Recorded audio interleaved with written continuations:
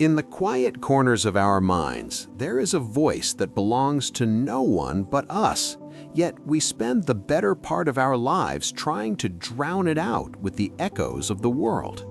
Ralph Waldo Emerson once remarked that to be yourself in a world that is constantly trying to make you something else is the greatest accomplishment. And today, that challenge has never been more daunting or more necessary.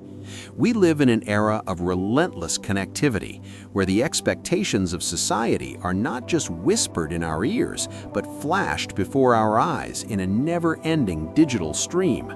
From the moment we wake up and glance at our screens, we are invited to compare our behind-the-scenes reality with everyone else's highlight reel, and in that comparison, the seed of imitation is planted.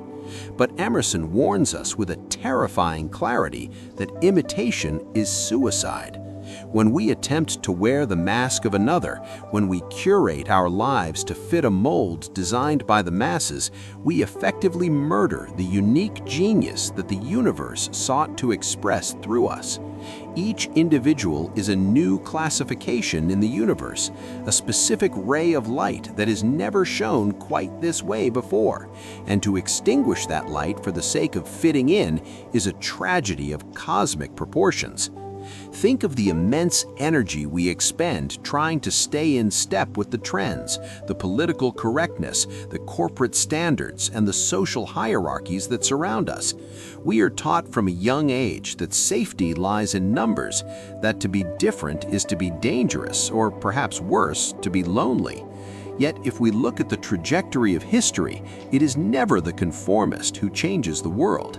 It is the individual who stands firm in their own skin, who trusts the internal compass over the external map, and who dares to say what they truly think rather than what they think they are supposed to say.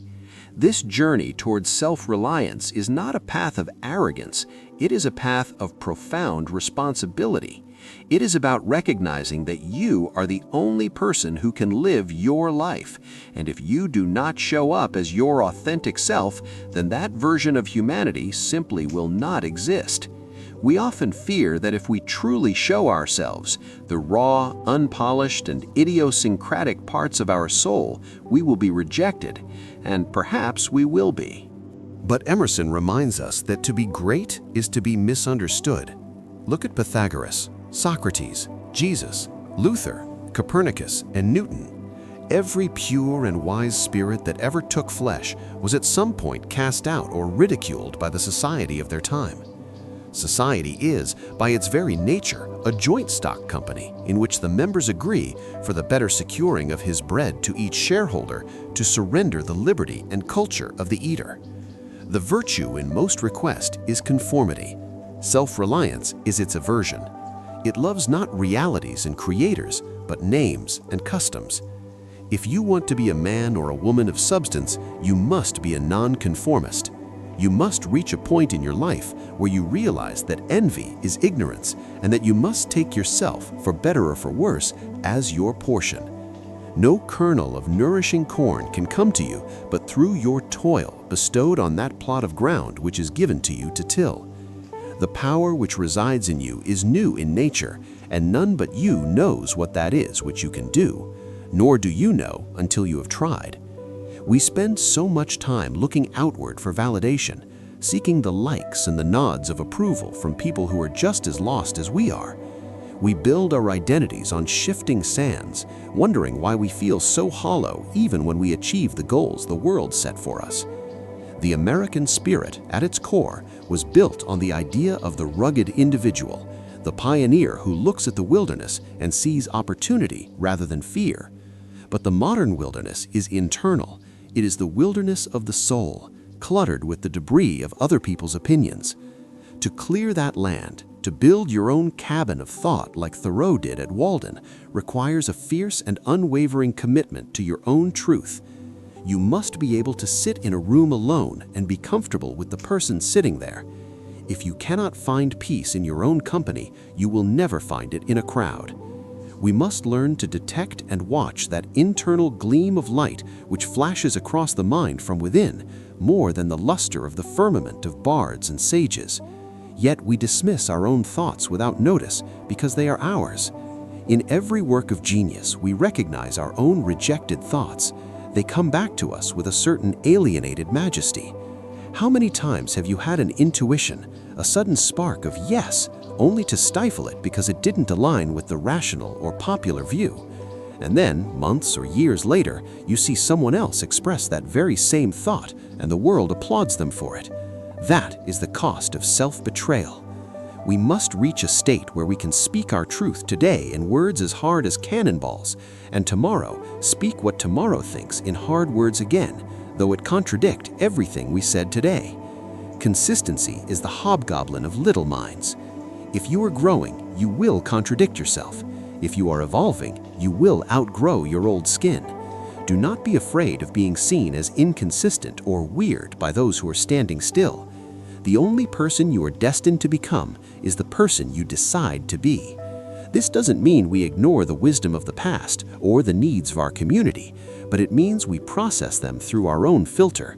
We are not here to be carbon copies. We are here to be original works of art. The world does not need more followers. It needs more leaders who lead themselves first. When you stand in your own truth, you create a ripple effect. You give other people permission to do the same. Authenticity is contagious. When someone speaks from their heart, without the veneer of pretension, it vibrates at a frequency that everyone recognizes as truth.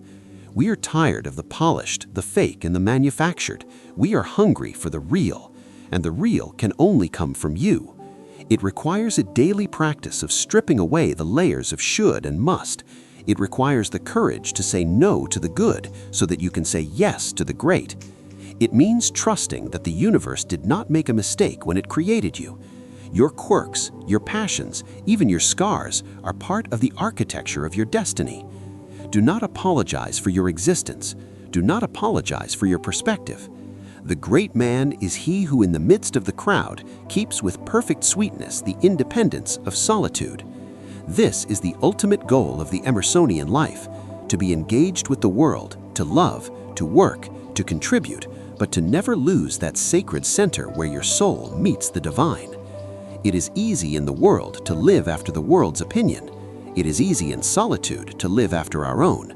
But the great man is he who in the midst of the crowd keeps with perfect sweetness the independence of solitude.